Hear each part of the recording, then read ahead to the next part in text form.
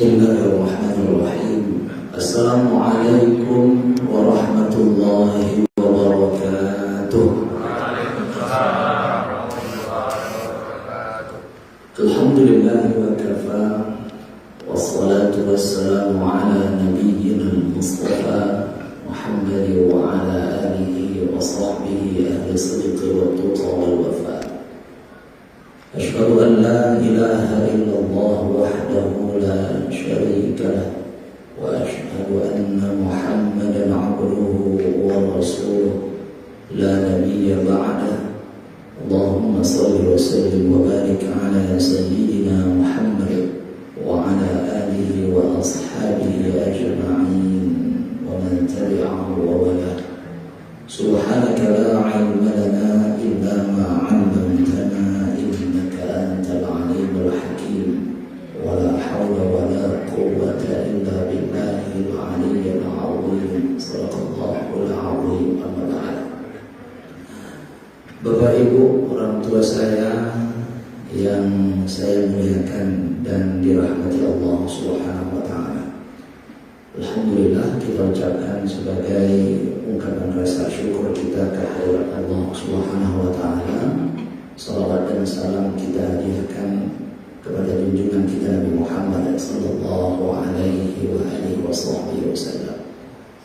Bapak Ibu, orang tua saya yang saya muliakan, izinkan saya memperkenalkan diri terlebih dahulu karena ini adalah pertemuan yang pertama kita. Sebelum saya memperkenalkan diri, terlebih dahulu saya dihubungi oleh Ustaz Ibnu Jawad Al-Jauhari. Kami sama-sama membawa acara di TVRI Sumatera Utara. Beliau meminta saya untuk mengisi di sini karena beliau berhalangan. Saya bilang sebenarnya saya pun subuhnya ada juga di Amal Muslimin Komplek PIK, tapi kajiannya Al-Quran. Komplek PIK itu kalau tidak saya mesti ayah ke sana karena ayah di bidang Al-Quran. Jadi saya sampai Imam Stadion, insya Allah saya handle itu. Saya handle, saya hubungi di sana.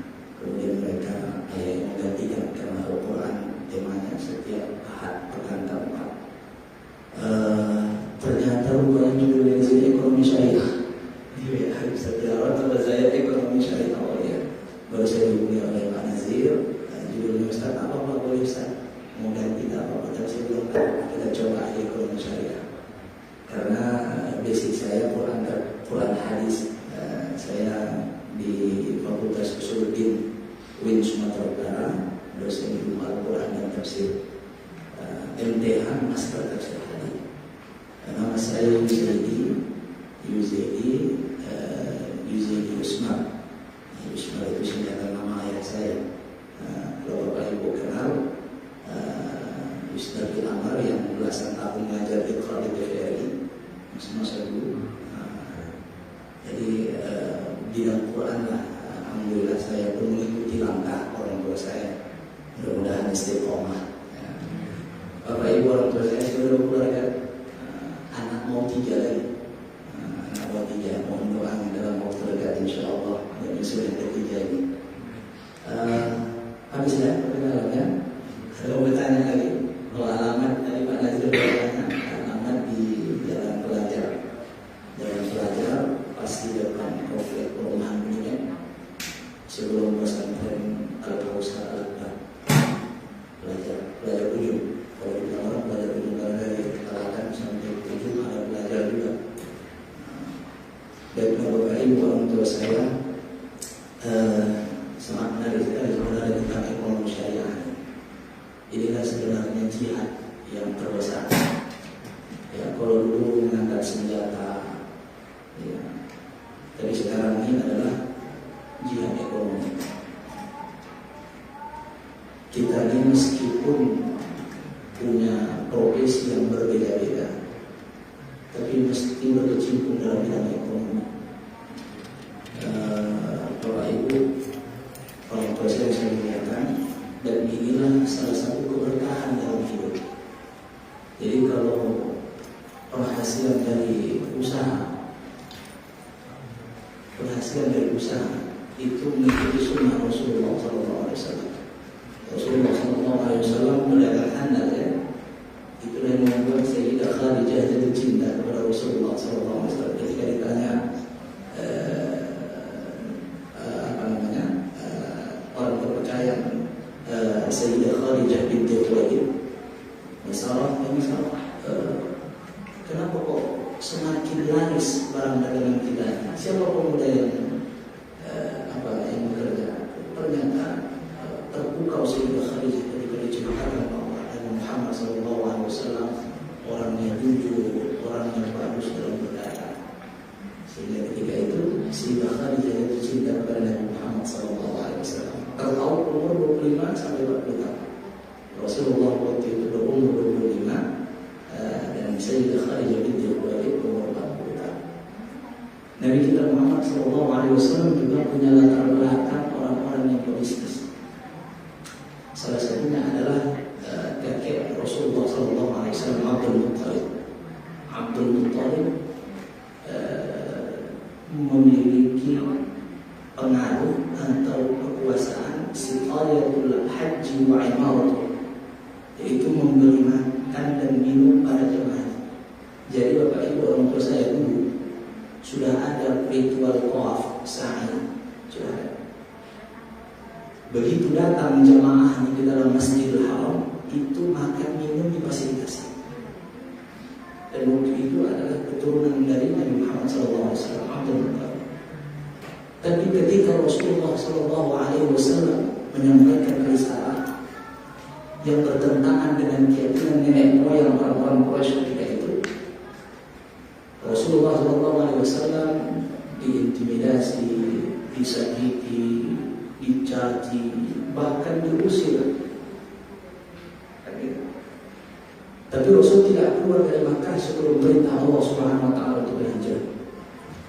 Begitu sampai di kota Madinah, sudah sekitar setahun lebih, Rasul rindu mau tawaf di Ka'bah, kembali ke tanah kelahirannya yaitu Makkah Al-Mukarramah. Rindu Rasul. Hijrah ke Madinah benar-benar rindu. Ketika itu diajak para sahabat, ayo kita balik ke Makkah. Aku mau tawaf, aku mau umrah nih. Pakai ihram juga. Bermiqatlah di Bir'ani yang kita sebut sekarang Bir'ani, namanya Dzul Khulaifah. Bermiqat di situ. Kemudian berjalanlah Rasul. Rasul letak domba, kibas, kambing, sembelihan, bukan kuda yang diletak, tapi domba, kibas di barisan terdepan, unta di barisan terdepan. Supaya apa? Supaya orang Quraisy jangan menyangka Rasul datang itu mau berperang. Diletak barisan terdepan. Begitu sampai di Hudaybiyah perbatasan Makkah, ada masjid Hudaybiyah yang kita kenal. Begitu sampai di Hudaybiyah berkemah di situ. Berkemah. Rasulullah SAW menyuruh turun para sahabat, yuk kita sekarang kemah ini, kira-kira gitu. Kemah turun dari unta, ini tak mau turun. Ya Rasul, bagaimana kita mau turun ya Rasul? Sementara ada di sini minum air segala macam. Kenapa kita menginap di sini? Dalam riwayat dalam kitab Qissasul Anbiya, dipanah Rasulullah SAW lembah. Begitu dipanah muncul air. Makanya kalau di Hudaybiyah ada namanya Bi'rul Hudaybiyah, Nabi di Hudaybiyah, ada sumbernya di Hudaybiyah. Mesti namanya ada. Keluar air itu betulan orang itu dari unta. Situ Hakim diutus Utsman ke Makkah. Begitu diutus Utsman ke Makkah, ternyata sampai di Makkah mereka sambut Utsman karena Utsman orang kaya, bermakna, menghormati. Sengaja diutus Rasul Utsman supaya Utsman jangan diganggu. Kalau yang lainnya itu bisa diganggu, kalau Utsman dihormati orang. Begitu sampai di Makkah, benar disambut mereka dengan baik. Ternyata yang sampai kabar ke Hudaybiyah bahwa Utsman dibunuh, belum ada hoax juga banyak. Sampai kabar ke Hudaybiyah, Utsman dibunuh. Akhirnya sahabat-sahabat yang di Hudaybiyah sedang menunggu berkemah, mereka genggam tangan Rasulullah SAW di bawah sebuah pohon. Kemudian mereka bersumpah janji setia tidak akan balik ke Madinah sebelum membalas kematian Utsman. Itulah turun ayat. Qad radhiyallahu 'anil mu'minina idh yubayyi'unaka tahta asy-syajarah. Allah telah ridha terhadap orang-orang beriman yang berbaiat kepada Muhammad di bawah pohon. Pohon itu ada di Hudaybiyah, dan sekarang letak pohon itu di masjid Hudaybiyah yang masih ada masjid lamanya meskipun masjid barunya oleh Imam. Pohonnya tak ada, tinggal masjid lama dulu. Itulah salah satu golongan orang yang menjadi masuk surga, yaitu orang-orang yang berbaiat, namanya bai'atul ridwan, bai'at ridwan, sumpah janji setia. Begitu didengar sumpah ini, kami akan membalas kematian Utsman, akan balik ke Madinah, walaupun sampai tetes dalam pengajian. Ketakutan orang Quraisy Makkah, Utsman dipikir orang tua kau dibunuh, baliklah Utsman bin Affan ke Hudaybiyah dan menyampaikan apa isi negosiasi. Barulah keluar perjanjian Hudaybiyah. Awal perjanjian setia. Mulai sekarang ini gencatan senjata 10 tahun tak boleh perang. Oke? Aman. Kalau ada orang Islam masuk ke agama Quraisy, tak boleh ditarik. Tapi kalau ada orang Quraisy masuk ke agama Islam, kami berhak menarik. Rasul mengiyakan dia. Sampai Sayyidina Umar bin Khattab itu heran, benar ini Rasul kita, kok jadi saja gitu. Nah, satu lagi, tidak bisa sekarang melaksanakan qaf, balik ke Madinah. Bayangkan Bapak Ibu, naik bus saja ke Madinah 6 jam, Madinah Makkah 6 jam, balik berhari-hari pulang. Karena sudah berihram, kan mesti tawaf, mesti sa'i. Sudah punya. Macam mana mereka? Bertahallul tanpa tawaf dan sa'i. Mereka sembelih ladang di Hudaybiyah. Baiklah ke Madinah. Sampai di Madinah rindu ini belum terlepas juga. Bagaimana ini? Allah jawab. Allah kata Allah melalui hadis, datangi Masjid Quba, tapi duduk dari rumah. Datangi Masjid Quba, duduk dari rumah. Salat 2 rakaat di situ. dapat pahala umrah. Kan itu. Man tatahhara fi baitihi kata Rasul. Thumma ata masjid Quba fa shalla rak'atayn kana lahu ajrun umrah. Siapa yang berwudu dari rumahnya dikiaskanlah hotel rumah. Saat itu berangkat ke Masjid Quba salat 2 rakaat maka baginya pahala umrah. Itu menghibur Rasulullah sallallahu alaihi wasallam. Itu makanya ada pahala umrah. Makanya kalau sana Masjid Quba 2 rakaat salat ini mah. Sampai sekarang bisa kita nikmati pahala bukan masa Rasulullah SAW saja sampai dengan Lailatul Qadar. Sampai sekarang bisa kita nikmati keutamaan Lailatul Qadar. Nah, begitu tahun depannya sesuai perjanjian bolehlah tawaf, bolehlah sa'i, datanglah kembali ke Makkah. Sampai di Makkah ternyata begitu masuk ke Makkah habis bekal yang dibawa dari Madinah. Kan biasanya ada petugas itu untuk memberi makan minum, kan ada orang-orang yang melaksanakan ibadah itu. Tak dikasih orang untuk makan, tak dikasih minum. Bayangkan sudah dari Madinah menuju Makkah habis bekal, sampai di Makkah tak dapat minta makan, kan lemas. Oh, pula lagi. Makanya kalau umroh di bulan Ramadan ini banyak tantangan, apalagi siang terik, panas kok. Wah, kalau sahur saat dingin habis. Jadi dia bisa memproduksi itu kan apa? Melayang sedikit. Kalau toh panas. Bulan itu dingin. Tadi kasih makan, tadi kasih minum. Datang Rasulullah SAW, bukakan selempang ihram, ittiba. Ittiba, selempangkan, busungkan dada. Makanya sunat kenapa ketika tawaf dibuka selempang. Itulah hikmah. Bukakan selempangkan kain ihram, busungkan dada. Sunat romal 3 kali dalam putaran tawaf. Romal yang dari kecil, bukan saja. Kalau memungkinkan romal. Tunjukkan kita ini jangan lemah walaupun tak ada seorang untuk makan dan minum. Oh, berapa? Waktu itu Ka'bah di tengah-tengah juga lagi bukit.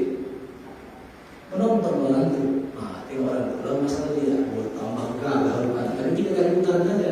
Jangan yang kecil. Kalau 7 kali pangsan juga. 3 kali. Akhirnya banyak dari kalangan musyrik Makkah yang menyatakan Islam melihat fenomena. Maka puasa-puasa itu tunjukkan apa?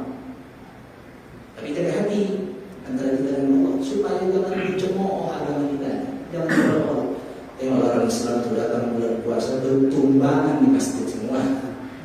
Justru etos kerja Syiah perlu kita jaga Syiah. Wa may yu'azzim sya'airallah fa innaha min taqwal qulub. Siapa yang mengagungkan syiar-syiar Allah, maka itu adalah ciri-ciri ketakwaan hati seseorang. Jadi dulu ada yang mengusnahkan Nabi, itu adalah keluarga silsilah dari Rasulullah SAW. Jadi memang jiwa berdagang, jiwa berbisnis Rasulullah SAW sudah ada. Ayah Rasulullah SAW wafat di Madinah, Abdullah. Kan kalau dalam bahasa kita ada. Walamma tamma min hamlihi syahwani ala ashhuril aqwalil mawiyah tufiya abuhu Abdullah. Ketika kandungan Aminah lengkap bulan, genap bulan, menurut pendapat yang kuat, ashhuril aqwal, pendapat yang kuat, tufiya abuhu Abdullah, wafatlah ayahnya Abdullah di Madinah dalam perjalanan berdagang. Jadi memang luar biasa, harus melihat ekonomi juga. Tapi ekonomi yang berlandaskan Al-Quran dan Hadis. Harusnya saya pun Bapak Ibu sampai sekarang, meskipun saya di UIN, saya tetap berkecimpung juga di bisnis. Alhamdulillah, dari Provinsi Sumatera Utara 53 travel yang berizin dari Kementerian Agama, salah satunya saya lah untuk travel pemberangkatan 53 di Sumatera Utara yang berizin pusat, bukan cabang. Alhamdulillah, itu prinsipnya utamakan ibadah. Tapi kalau di samping ibadah dapat dunia, alhamdulillah. Jangan utamakan dunia, samping dunia dapat ibadah, balik. Utamakan ibadah. Di samping ibadah dapat dunia, alhamdulillah. Perkara 50.000 saja jamaah membutuh di tanah suci, tak terbayar di tanah air ini. Tengoknya hotel sama, pesawat sama, bus sama, hari sama, hotel lebih mahal, 50.000 lebih mahal. Mendongkol itu, mendongkol di tanah suci, cepat datang di tanah air, terumbuk lah. Utamakan ibadah. Kalau prinsip kami begitu, asalkan dengan fasilitas sama, paling tidak harus lebih murah, walaupun 50.000. Tetap dilakoni untuk ekonomi. Pengabdian ilmu sih, tapi bisnis harus kita terjun di situ, tidak akan susah. Nah, yang ingin saya sampaikan, ini fenomena Ramadan Bapak Ibu untuk saya. Ini zakat fitrah. Kita punya syariat namanya zakat fitrah. Kalau zakat mal tidak terikat waktunya di bulan Ramadan. Boleh kapan saja. Itu memang baiknya dikeluarkan Ramadan kalau sudah sampai haul dan nisabnya, karena mengambil keutamaan kemuliaan Ramadan. Zakat fitrah ini terkait dengan Ramadan. Ada satu hikmah yang mau saya sampaikan dari zakat fitrah. Kapan wajibnya zakat fitrah? Bapak Ibu, kapan diwajibkan di dalam agama mengeluarkan zakat fitrah? Di dalam hadis, faradallahu zakat al-fitr tuhratan lis-sha'im min al-laghwi wal-rafath wa tu'matan lil-masakin. Allah mewajibkan zakat fitrah sa'an min tamrin wa sa'an min sya'irin, satu sa' dari kurma, satu sa' dari gandum. Ukuran sa' itu di Timur Tengah, kilo belum ada dulu, sama sekarang menit belum ada, detik belum ada, dulu belum ada detik. Makanya dari mana kita tahu mat itu dua? Mat tobi kalau baca Quran, Alhamdulillahi Rabbil Alamin. La Alhamdulillahi Rabbil Alamin. Tak boleh Alhamdulillah lebih dari dua. Satu alif dua harakat. Harus satu alif dua harakat kan? Alhamdulillahi Rabbil Alamin. La satu alif dua harakat. Kita bilang dua kedudukan. Itu sekarang. Yang tahu detik, menit, jam tak ada. Dulu makanya sholat itu ditengok dari bayangan, diletak tongkat, tengok. Kalau tak ada bayangannya, zuhur pas-pasan matahari di tengah. Agak bayangannya ke barat, masuk waktu duha. Kalau pas-pasan, agak keluar sedikit bayangan ke arah timur, udah masuk waktu zuhur. Kalau pas-pasan, itulah dia yang waktu dimakruhkan untuk melaksanakan sholat. Ada nanti ke arah barat, ke arah timur, waktu duha. Kalau malam tak ada, subuh tak ada, makanya subuh tengok. Ada namanya fajar shadiq, ada namanya fajar kadhib, syafaqul ahmar, cahaya kemerah-merahan, begitu dia tengok. Dulu tak tahu, kok sekarang tengok. Waktu subuh 3 menit lagi. Tomat 3 menit lagi, enak. Tahu kita. Kalau dulu tidak, makanya berdebat dulu masalah azan subuh. Berdebat masalah azan subuh. Oh, udah masuk subuh? Belum, karena mendung, tak nampak cahaya merah-merah. Udah subuh azan? Oh belum, katanya. Berdebat. Datang sahabat ada yang digigit binatang kakinya. Begitu digigit, udah azan subuh. Kenapa? Aku baru digigit binatang. Apa urusannya ya? Aku mendengar Rasulullah SAW mengatakan, "Man qala la ilaha illallah wahdahu la syarika lahu, lahul mulku wa lahul hamdu yuhyi wa yumiitu wa huwa 'ala kulli syai'in qadir." 10 marat, 10 kali habis maghrib, maka akan menjaganya. Muhya anhu kutibat lahu 10 hasanat wa muhya anhu 10 sayyi'at wa khuliza min kulli hifdzi syayatin wa kulli makruhin. Siapa yang baca la ilaha illallah wahdahu la syarika lahu, lahul mulku wa lahul hamdu yuhyi wa yumiitu wa huwa 'ala kulli syai'in qadir 10 kali setelah maghrib, maka itu akan menjaganya sampai subuh. Ditetapkan Allah 10 kebaikan, dihapus Allah 10 keburukan, dijauhkan dari segala yang makruh yang dibencinya, dijauhi dari gangguan syaitan. Habis subuh baca 10 kali, menjaganya sampai terbenam matahari. Jadi mungkin dibacanya habis maghrib, begitu dibacanya habis maghrib kan sampai subuh, azan subuh udah habis. Mudah zikir digigit, bunci kali dia dengan hewan, dia digigit hewan tuh, berarti udah tak ada di waktu malam, udah masuk subuh, ini azan gitu. Begitu dulu. Tak sekarang kita tahu, ya kan? Ada enak. Apalagi udah tengok, bentar lagi azan subuh, udah masuk imsak, kan masih imsak dalam kuning. Ditengok makanan banyak, dimakan satu-satu tak ada, masukkan blender, diminum habis. Ya, oleh orang tua saya dulu gitu. Jadi matomi itu alhamdulillah, alhamdulillah, satu alif 2 harakat. Kita bilang dulu kan, dulu tak ada. Jadi bagaimana menentukan satu alif 2 harakat? Kata saya pernah waktu datang Dr. Kiai Haji Muslim Salim Al-Sayyidina, guru besar di PT Jakarta, Lajnah Tasqih Al-Quran. Beliau juga punya sanad sampai ke Rasulullah SAW baca Quran. Jadi waktu itu sedang memberikan materi tajwid, waktu itu saya ikut. Kata beliau, yang dikatakan satu alif berharakat itu taqallubul kaffi 'ada, membalikkan telapak tangan secara adat kebiasaan. Begitu. Ini adat kebiasaan. Tapi kalau begini, berbalikan lagi. Itu adat kebiasaan. Membalikkannya tidak begitu cepat, tidak begitu lambat. Mu'tadil, mutawassit, pertengahan. Ini yang satu alif. Alhamdulillahi.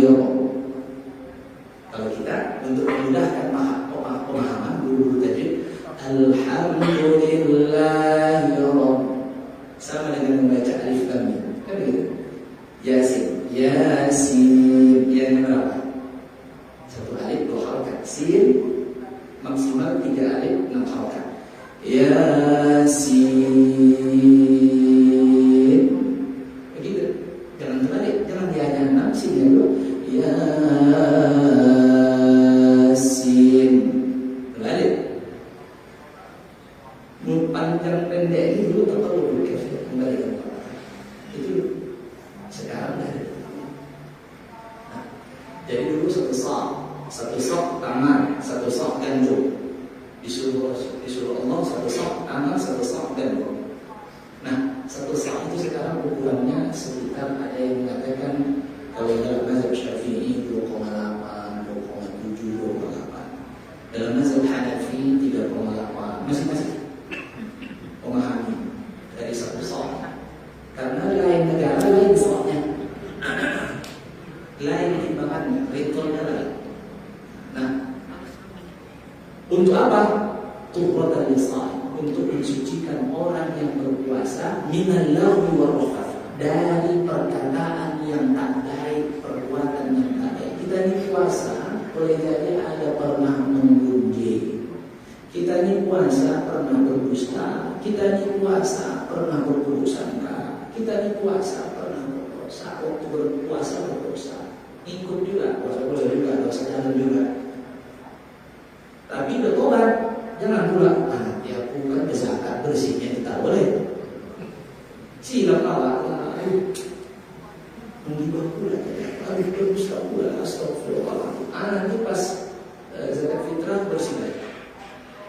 Beristighfarnya zakat fitrah bersih lagi. Nah, berdasarkan hadis ini, tuhratan lisa'im, mensucikan orang yang berpuasa. Kapan kita terakhir puasa? Kata Pak Nazir tadi, Ustaz ini luar biasa kita di waktunya. Udah hari ke-22 ini coba. Nanti malam aku bukti. Ada yang 24. Nanti malam. Nanti yang ke-22. Yang cepat raya. Jadi hari 22 malam bukti dia. Tak terasa waktu coba. Begitu cepatnya berputar waktu. Waktu itu pun masih 10 hari pertama dari ini kan. Masih semangat pagi bagi tarawih. Berapa rakaat sih Bapak? Coba lah sedikit. Masih semangat lagi. Baterai masih cas lagi, belum lobet kan? Karena banyak masjid yang begitu, lobet baterainya. Udah berkurang jemaah.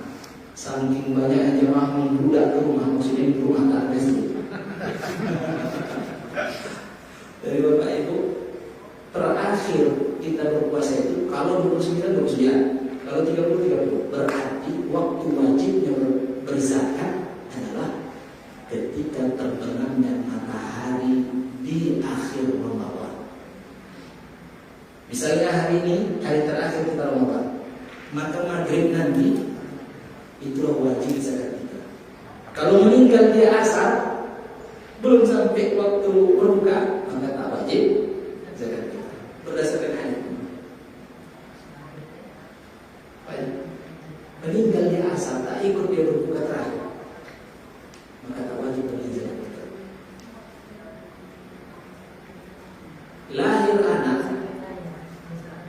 Lahir anak, mana takbiran? Pas kalau takbiran, lahirnya maka takbiran kira-kira Isya, maka anaknya tak diwajibkan dikeluarkan zakat fitrah. Kenapa? Karena tak ikut menyaksikan berbuka puasa terbenam matahari. Tapi kalau lahirnya dia asar, puasa terakhir itu ikut dia menyaksikan kan terbenam matahari, maka diwajibkan bagi orang tuanya mengeluarkan zakat fitrah. Kalau meninggal malam takbiran, wajib tidak zakat fitrah? Wajib, karena ini menyaksikan terbenam matahari. Itu dia batasan syariat. Dalam satu hadis. Dalam hadis yang lain lebih sempit lagi waktunya. Aghnuhum 'anil tawafi hadzal yawm. Hai umat Islam, cukupkan orang-orang fakir miskin itu supaya mereka jangan keliling-keliling hari ini. Apa yang dimaksud dengan hari ini? 1 Syawal. Makanya pendapat yang satu lagi mengatakan wajib zakat fitrah itu 1 Syawal. Kapan 1 Syawal? Terbitnya fajar. Terbitnya fajar. Kapan itu? Pas subuh baru wajib zakat fitrah. Sampai kapan? Sepakat terakhir mengeluarkan zakat fitrah sebelum pelaksanaan salat. Sempit dia dari terbit fajar sampai ya. Kalau tadi belum dapat, yang satu lagi dari berbuka terakhir sampai sebelum salat. Itulah waktu wajib zakat fitrah. Betul. Tapi dibolehkan mengeluarkan dari awal Ramadan. Boleh mengeluarkan. Ya justru mempercepat zakat. Ada hadis yang ta'jiluz zakat, mempercepat zakat. Dari awal Ramadan boleh zakat. Tapi ada yang mensyaratkan akadnya. Kalau tak sampai umur jadi sedekah. Karena dalam fikih berpikir kalau seandainya dia hanya menyalahkan zakat, pokoknya meninggal tak sampai berulang terakhir, dalam fikih boleh ahli waris menarik balik. Tapi kan tak mungkin, tak etis pula. Makanya ada ta'alib zakatnya. Tapi kalau misalnya seandainya tak panjang umur boleh sedekah, boleh jadi sedekah. Apa yang mau kita petik dari sini? Mohon maaf Bapak Ibu, saya mohon maaf. Kalau seandainya zakat yang jumlahnya sedikit, waktunya sempit, ini pelajaran apa yang mau Allah berikan kepada kita? Allah menginginkan kita supaya banyak bersedekah. Kenapa? Zakat fitrah itu kan makanan pokok. Kalau mau diuangkan ikut Hanafi itu berapa lah zakat fitrah? Senang nggak fakir miskin dengan zakat fitrah? Berapa lah? Paling kuat berapa? Dikasih itu sudah melekat. Oke lah dipercepat, seandainya dipercepat. Tapi jangan dipercepat tuh. Oh, dia untuk menyerahkan belum senang itu. Karena jumlahnya sedikit. Supaya apalah diberi Allah seperti itu ketentuan zakat fitrah, supaya kita ini tergerak. Oh, untuk minyaknya, minyak goreng sudah mahal.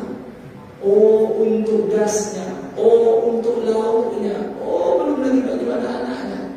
Kita bersedekah 10 akhir Ramadan. Makanya seafdal sedekah fil 10 awakhir min Ramadan. Seakhir 10 terakhir Ramadan. Itu supaya apa?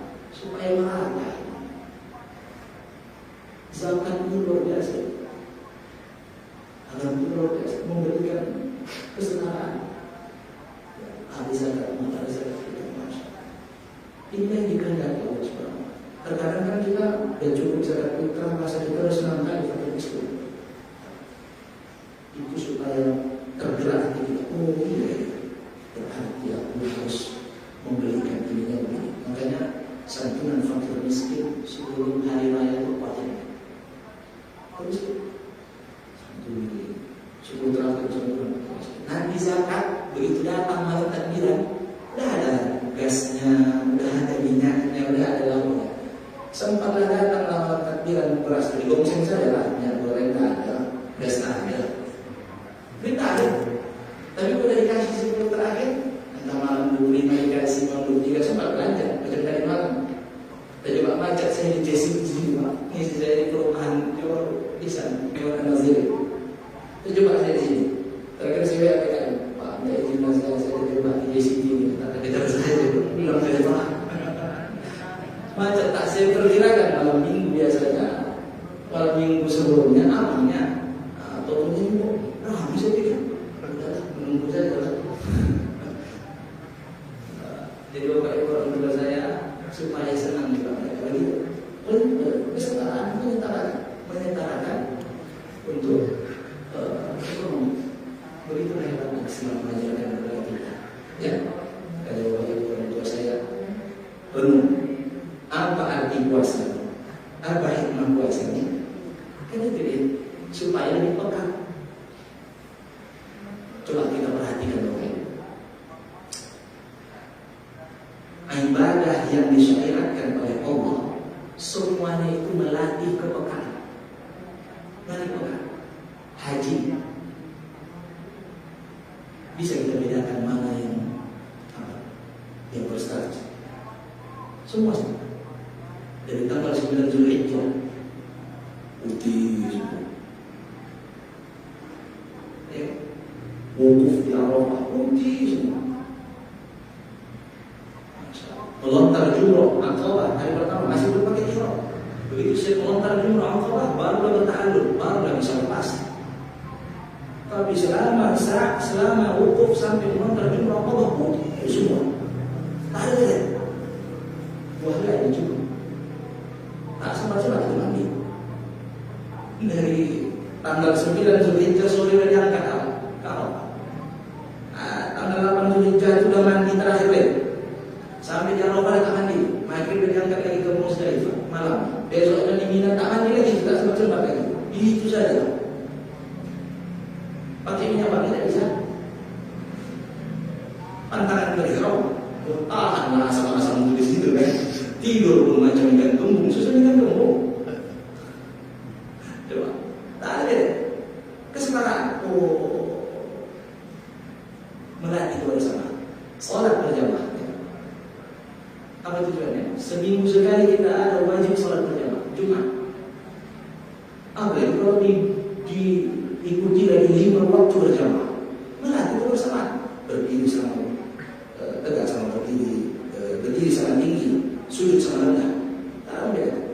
Bahkan dalam fikih makruh hukumnya kalau lebih tinggi teman imam kan? Ini begini lagi. Kalau agak tinggi ya makruh hukum, kecuali kalau tak nampak jamaah. Untuk memberitahu jemaah. Misalnya lewat sholat di lapangan tak nampak, suara yang unik dengan pelangan, jangan nanti pasal ini jemaah. udah bangkit dah, ya.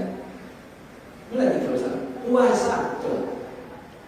Bapak Ibu orang tua saya begitu siang hari panas, datang haus, datang lapar, nengok air parit yang bening, suaranya air itu lalu dah.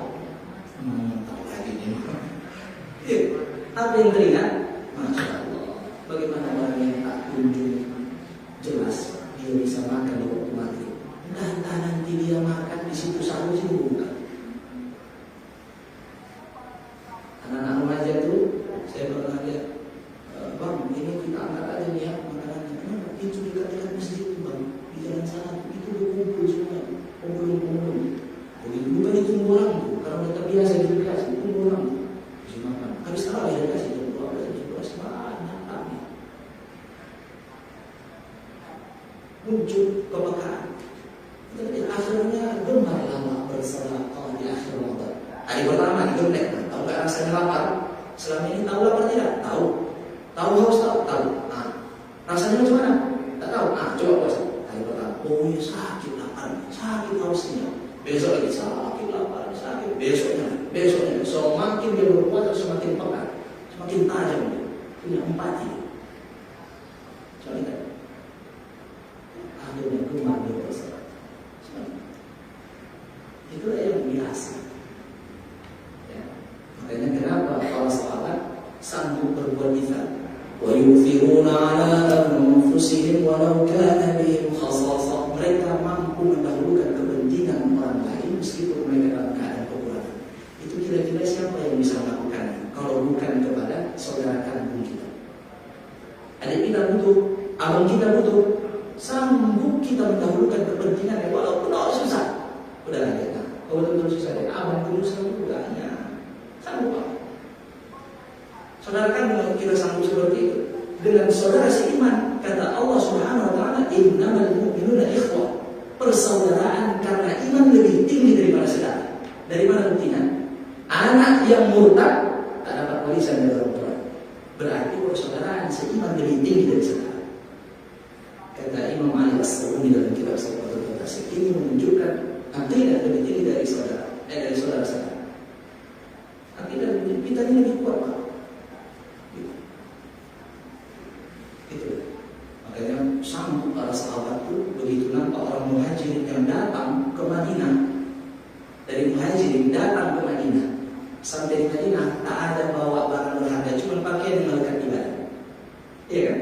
Nah, Bapak Ibu nanti kalau ada rezeki lagi berangkat, ada di belakang makam Rasulullah SAW itu lantai agak tinggi sedikit.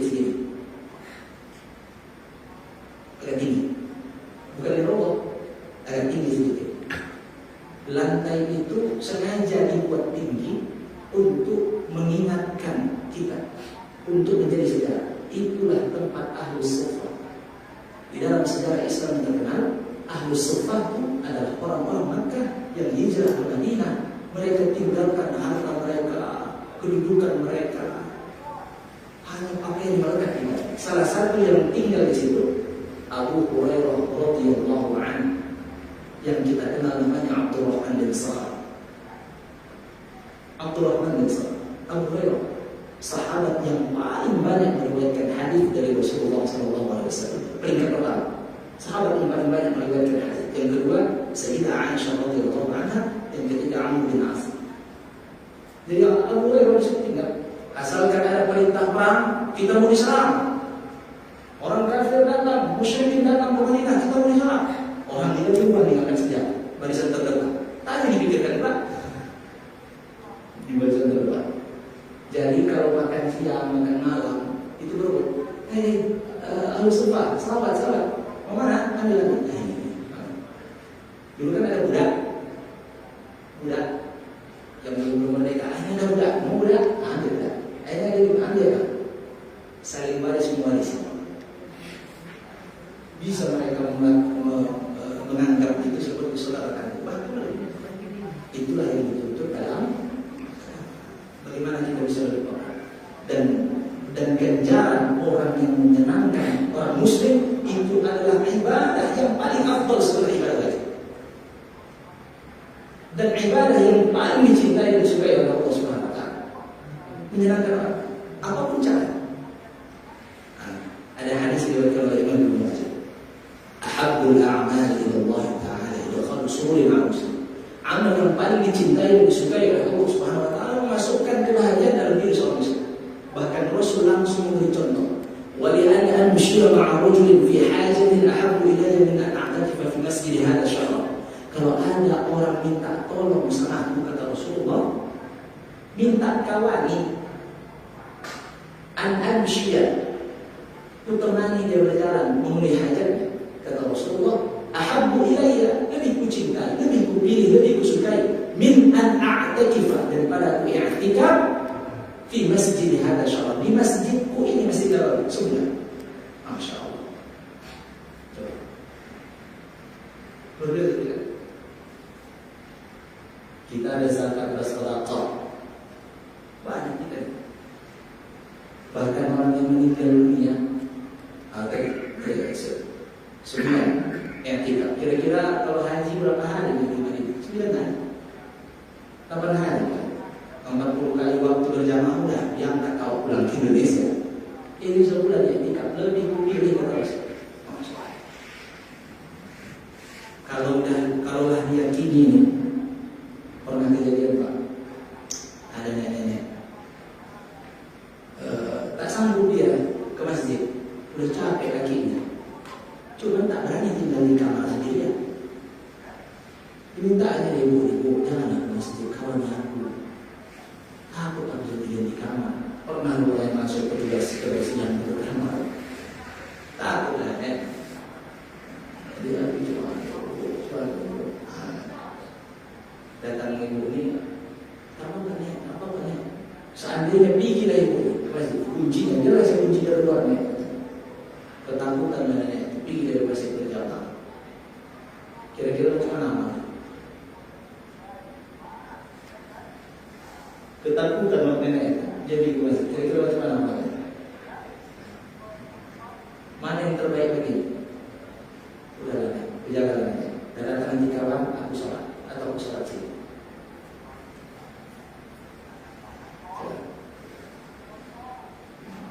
Udah ngaji kan, udah lama antri, udah tahun-tahun, duit banyak. Kesini jalan nenek itu kan karena Rasul bilang lebih baik itikaf sebentar, Masya Allah.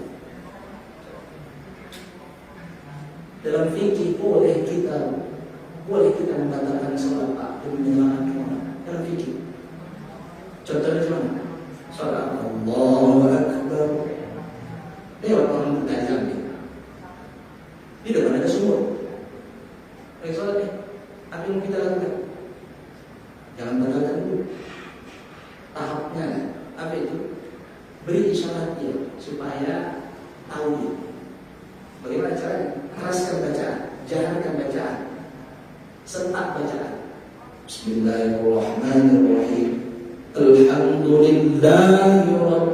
Kita sentak bacaan. Tapi sentaknya jangan di yang tempat yang tak baik. Bacaan yang tak baik tak boleh sentak. Contoh ini. Alhamdulillahirrahmanirrahim. Jangan dihirok. Kalau dihirok itu tak bagus disentak. Karena salah satu nama syaitan hirok. Kanas. Nah, di tempat yang bagus disentak. Alhamdulillahi Rabbil Alamin. Begitu kita sentak, kita harapkan dia berhenti, tahu-tahu makin cepat pula ke depan. Gak berhenti kan? Udah tak tahu jadi bagaimana caranya? Batalkan. Selamat. Jangan pula didiamkan. Apa lagi tak sambil begitu masuk cemburu batal juga salah. Bisa kita membatalkan sholat. Karena membatalkan sholat hukumnya haram. Tapi karena ada menyelamatkan orang, kalau orang lanjutkan tak bagus sholat. Tak bagus. Saya begitu menyelamatkan orang. Ya, kayak orang tua saya ada zakat, ada sholat. Itu tujuan ekonomi. Jangan sampai penyesalan nanti pas sudah di dalam barzah. Ini bukan kata saya, kata Allah Subhanahu wa taala. Dalam surah Al-Munafiqun ayat 10 ya. Anfiqu mimma razaqnakum min qabli an ya'tiya ahadakumul maut. Min qabli an ya'tiya ahadakumul maut fayaqula لولا أخرتني إلى أجل قريب فلولا أخرتني إلى أجل قريب فأصدق وأكن من الصالحين. Infakkanlah sebagian rezeki yang kami titipkan kepada kamu sebelum kematian mendatangi kamu, sehingga orang yang telah mati dia akan berkata, Rabbi lama akhirtani ya Allah, kalau seandainya engkau ulurkanlah ajalku qarib, sesaat saja ya Allah, qarib. Yang pertama kali fa'asadaq, aku mau bersedekah. Kenapa? Karena sedekah itu baru sadar di muka ada rupanya hebat ganjaran, baru sadar kita. Bukan mau sholat tahajud pertama,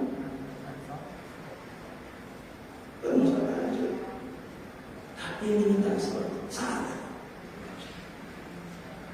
Itu kalau sedekah sepukul itu kasih makan selesai, habis tak mengalir, sekali makan aja. Itu sedekah sepukul. Jadi kalau kasih makan bukan jadinya makan, tapi sepukul. Jadinya mengalir. Apa yang jadinya? Maka menyekolahkan anak, menyekolahkan orang, mengkasih buku sama orang. Ada di sini anak yatim, fakir miskin yang nampak kita memang tekun belajar. Kau sekolahkan. Berapa kau sekolahnya? 500 udahlah, kalau 50.000 ya dari bapak. Rupanya akan datang dia menjadi seorang alim, bermanfaat, pengajar yang memberikan ilmu kepada masyarakat. Punya murid, banyak murid. Tahu-tahu muridnya jadi pula guru, punya murid jadi guru sampai kiamat tak putus.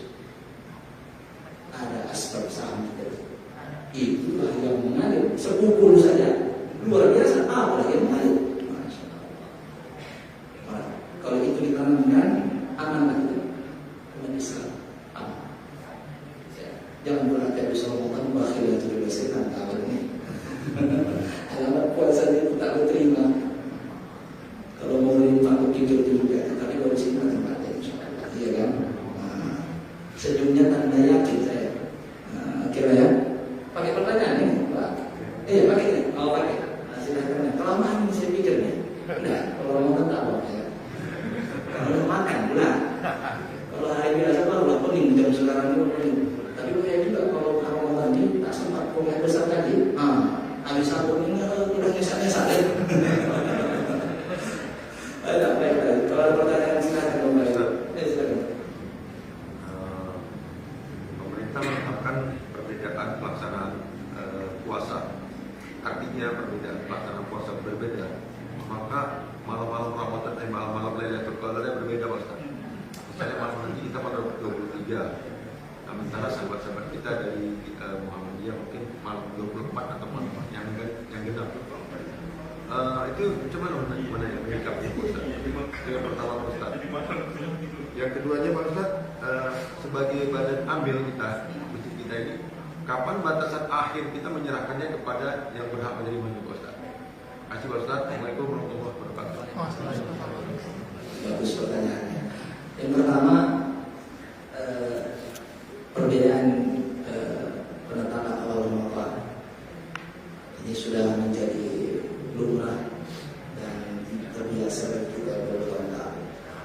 Bagaimanakah itu? Ya kita mengikuti mana yang kita yakini. Tentu harus ada landasan dari kita kita. Saya mengikuti alasan pemerintah, itu pemerintah. Kenapa itu pemerintah? Atii'u Allah wa atii'u Rasul lil amri minkum. Itu lil amri pemerintah Ustaz. Oh, kata satu. Kami juga ikut pemerintah Ustaz. Lil amri kan siapa? Muhammadiyah Ustaz. Masing-masing. Dan bagaimana dengan Lailatul Qadar? Itulah dia. Ketika kita meyakini, tapi keyakinan itu harus dilandasi oleh ilmu, harus dilandasi oleh pengetahuan, bukan hanya sekedar keyakinan. Ya, sama dengan bersentuhan dengan laki-laki, laki perempuan bukan mungkin, atau suami istri. Suami istri bersentuhan dalam beberapa mazhab berbeda. Mazhab Syafi'i batal. Ya kan? Maliki tidak, Hambali tidak. Tunggu ada syahwat.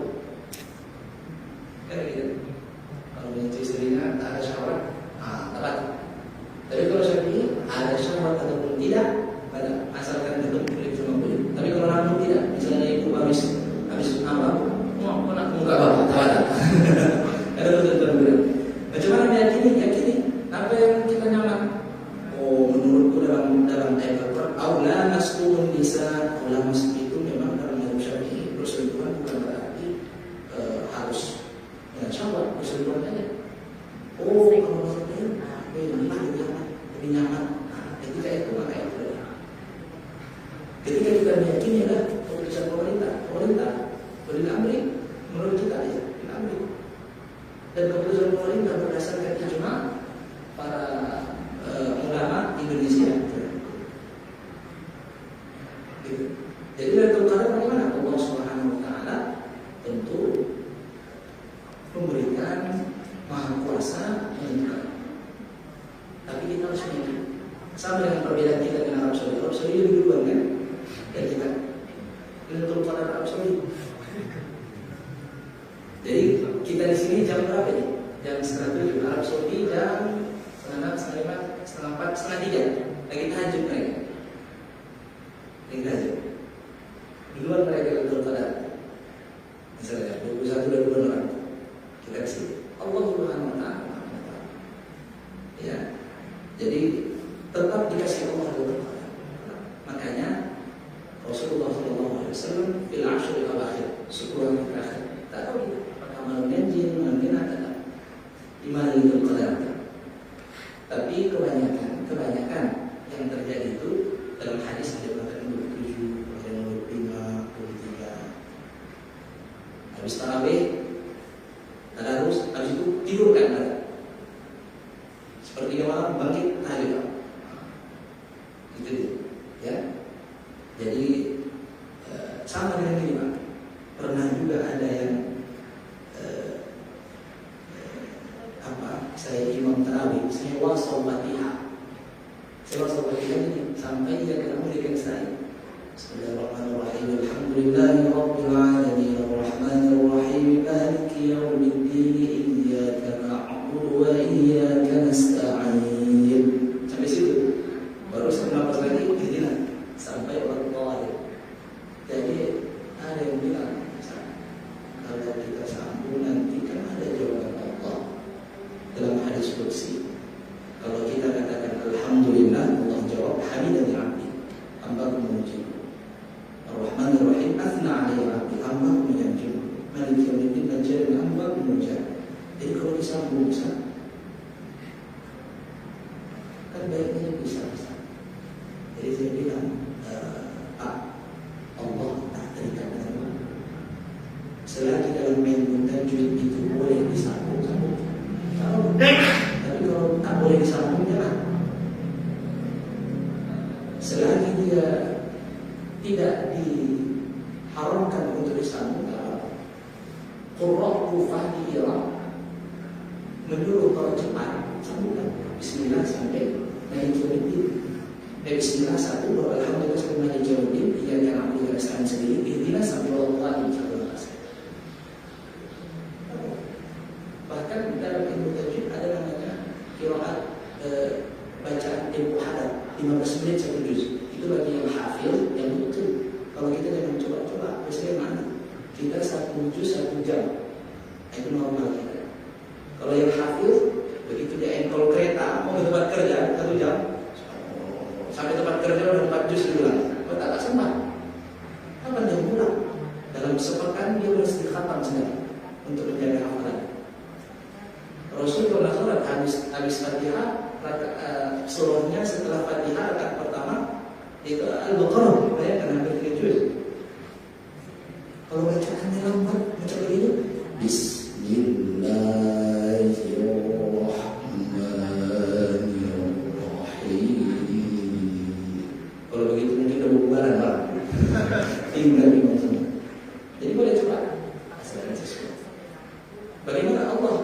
Sempatkah Allah menjawab? Allah. Tidak. Ada yang mengetahui. Tidak itu adamul uluhiyah awaliyah wa adamul akhiriyah. Allah tidak berawal, Allah tidak berakhir. Tidak terikat dengan waktu. Kita ini terikat dengan waktu. Seperti kita tahu ajarnya. Kita mencoba waktu. Terikat dengan waktu kita. Ada kalanya nanti terasa cepat sekali waktu. Ada kalanya terasa lambat. Terikat. Tapi Allah tidak terikat dengan waktu. Karena yang terikat dengan waktu adalah makhluk. Waktu dan waktu. Nah, itu dia.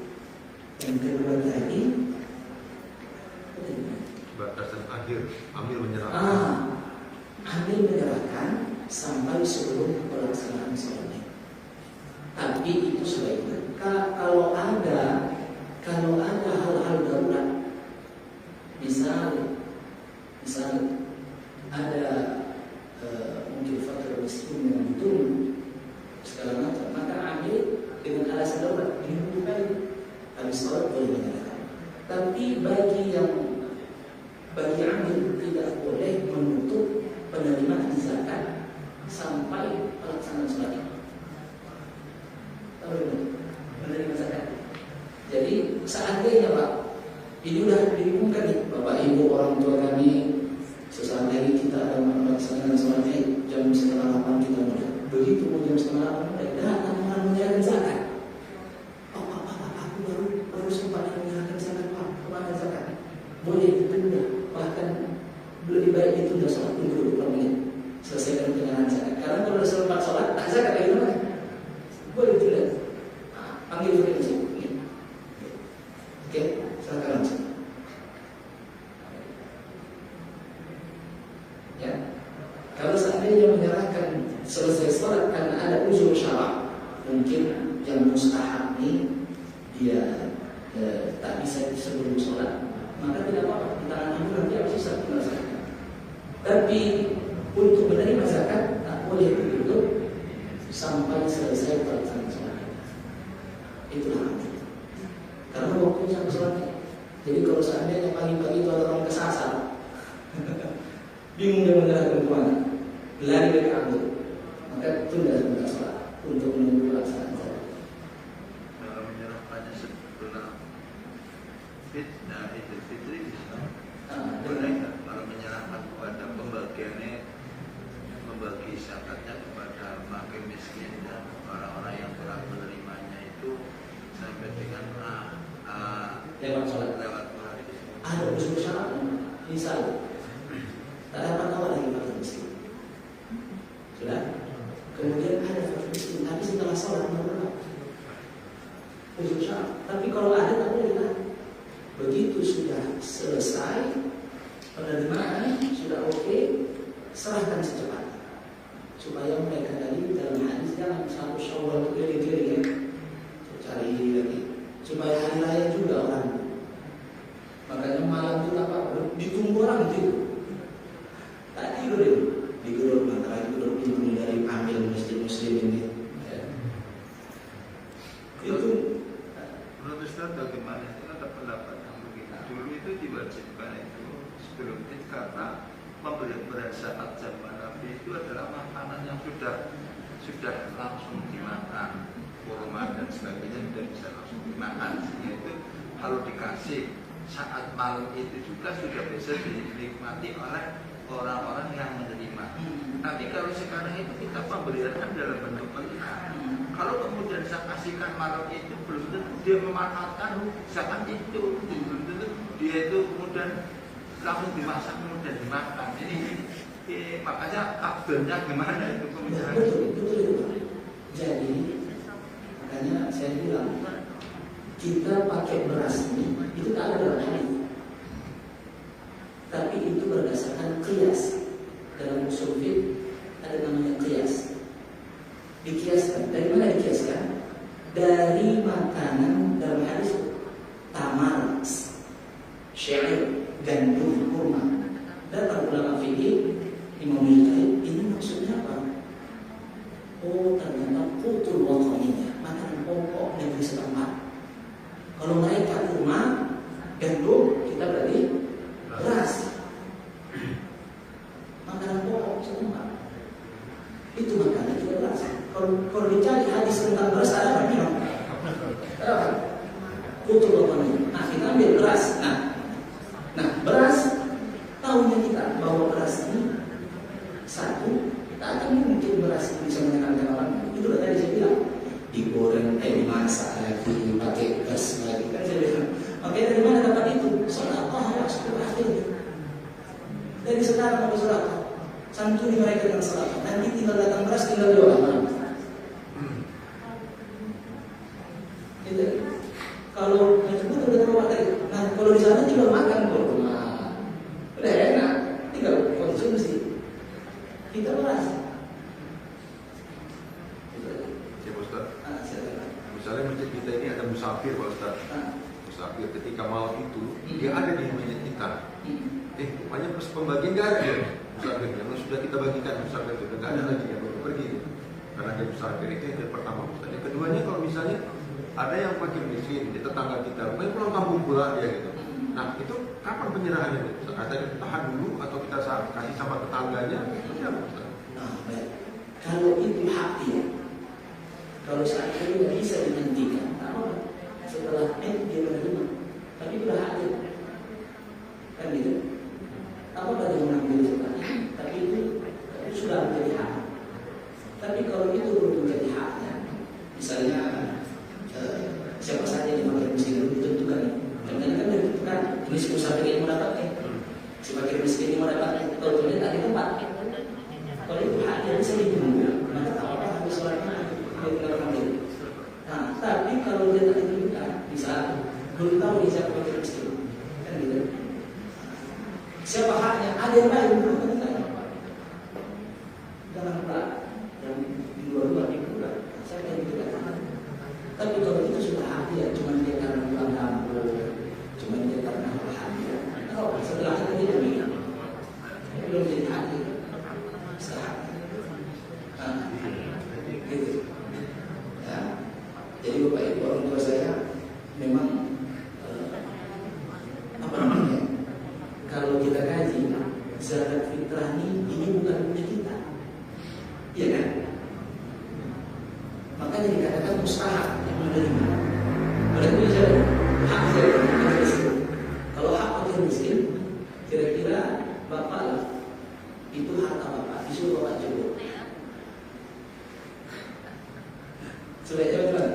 Hantarkan hak. Hantarkan. Fenomena kita tidak. Dulu kan ada pernah viral dikasih kupon kurang triliun. Padahal itu dia orangnya. Antarkan, dia capek awak mengantar ke rumah. Quran itu tukang mengantar. Karena itu punya mereka. Kita mengembalikan dia. Mengembalikan. Begitu sudah cantik. Jangan dipertontonkan kefakiran orang. Jangan dipertontonkan kemiskinan orang. Karena musibah orang fakir miskin ini yang paling besar adalah dipertontonkan kefakiran dan kemiskinan. Musibah paling besar. Kalau sampai dibilang musibah paling besar, kecuali dia ridho. Kalau dia ridho, alhamdulillah menjadi syiar kan gitu. Oke. Perjuangan saya ini panjang, menahan haus sampai pagi. Silakan. Masalah zakat tadi Ustaz. Fenomena sekarang ini Ustaz, kebanyakan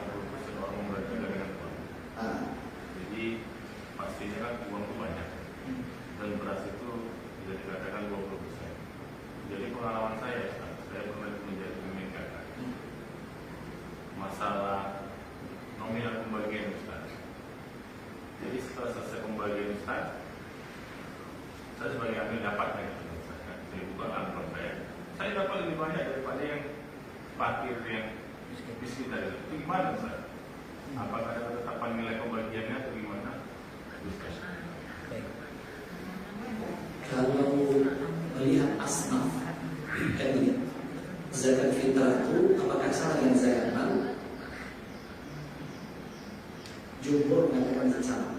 Ada memang yang mengatakan tidak, karena berdasarkan hadis tu'man lil masakin, memberi makan orang-orang miskin saja. Tapi ada jumhur mayoritas itu menyamakan dengan zakat mal. Innamas shadaqatu lil fuqara'i wal masakin wal 'amilin wal mu'allafati qulubuhum. Kemudian ufir riqab, kemudian wal gharim, wa fi sabilillah miskin. Adalah apa? Fakir, miskin, amil, mu'allaf, zalim, orang yang berhutang, lalu riqab, budak tak ada lagi yang bisa membantu, tak ada lagi. Habis dari fi sabilillah, orang yang berjuang di jalan Allah, ibnu sabil, orang musafir tadi, tinggal 7 yang ada. Budak udah habis, tak ada lagi.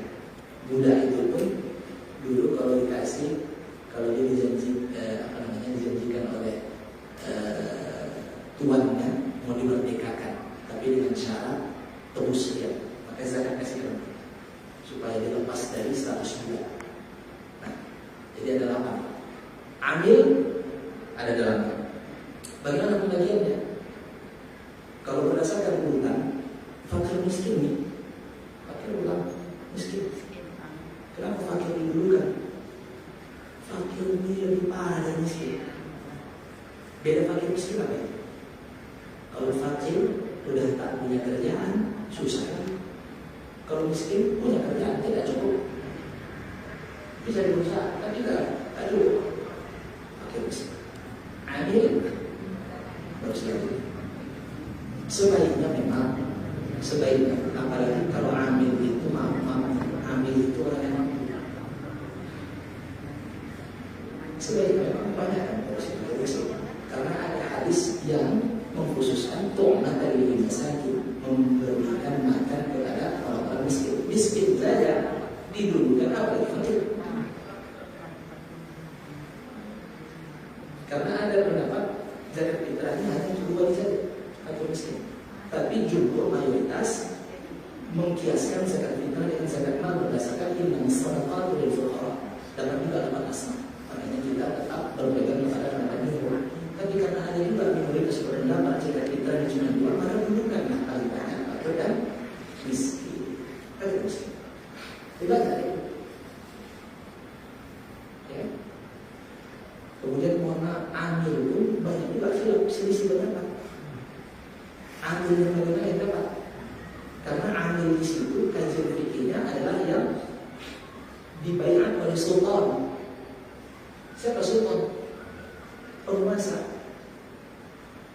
Berbeda pendapat. Hanya penguasa mana nih? Penguasa pusat tadi. Berarti Basnas dan Basnas yang punya hak amil. Lembaga-lembaga yang akan pemerintah sampai begitu. Oh tidak, boleh juga yang dia sekarang pulang masjid-masjid. Makanya ada orang yang paling masjidnya supaya dapat ambilnya, istembelkan pula lagi supaya jangan sultan. Kayak begitu sih kan? Ya. Supaya mendapat bayar sultan itu habis dibuat ke masjid, bawakan kekakuan, istembelkan kekakuan. Tapi semua tahun saya kalau sudah istembel kekakuan wajib sekian persen masuk bazar. Nah gitulah, tak tahu saya. Kabarnya dengan saya. Allah Akbar. Begitu. Ya. Panjang perjuangannya, berapa jam lagi? Kalau hari biasa ini disantap ini 20 gelas air putih. Jadi oke ya, Bapak Ibu yang mohon izin, mohon maaf saya atas kekurangan dan kesalahan saya. Agar tidak menjadi perbuatan kelak dalam akhir nanti kepada Allah Subhanahu wa taala. Mari kita tutup pengajian kita ini dengan berdoa bersama. Astagfirullahaladzim, astagfirullahaladzim, astagfirullahaladzim. أعوذ بالله من الشيطان الرجيم بسم الله الرحمن الرحيم الحمد لله رب العالمين والصلاة والسلام على أشرف الأنبياء والمرسلين وعلى آله وصحبه أجمعين اللهم اجعل جمعنا هذا جمعا مرحوما وتفرقنا من بعضهم تفرقا معصوما ولا شقيا ولا محروما اللهم لا تدع لنا في مقامنا هذا ذنبا إلا غفرته ولا هما إلا فرجته ولا عيبا إلا سترته ولا مريضا إلا شفيته ولا مسافرا إلا وصلته ولا دينا إلا قضيته ولا حاجة من حوائج الدنيا وهي كرضا ولا صلاة إلا قضيتها ويسرتها يا مجيب السائلين. اللهم اغفر لنا ذنوبنا ولوالدينا وارحمهما كما ربيانا صغيرا ارحمهما كما ربيانا صغيرا ارحمهما كما ربيانا صغيرا ولمشايخنا ولأساتذتنا ولأجدادنا وجداتنا ولجميع المسلمين والمسلمات والمؤمنين والمؤمنات برحمتك يا أرحم الراحمين. ربنا آتنا في الدنيا حسنة وفي الآخرة حسنة وقنا عذاب النار وصلى الله وسلم عليه والحمد لله رب العالمين. تقبل الله منكم سبحانك اللهم وبحمدك أشهد أن لا إله إلا أنت أستغفرك وأتوب إليك. السلام عليكم ورحمة الله وبركاته. Waalaikumsalam warahmatullahi wabarakatuh. Terima kasih kepada Ustaz, semoga apa yang disampaikan dapat bermanfaat. Demikianlah belajar kita pada pagi hari ini yang tadinya kita buka dengan lafaz al-basmalah dan sekarang kita akhiri dengan lafaz al-hamdalah. Alhamdulillahirabbil alamin. Demikian, assalamualaikum warahmatullahi wabarakatuh.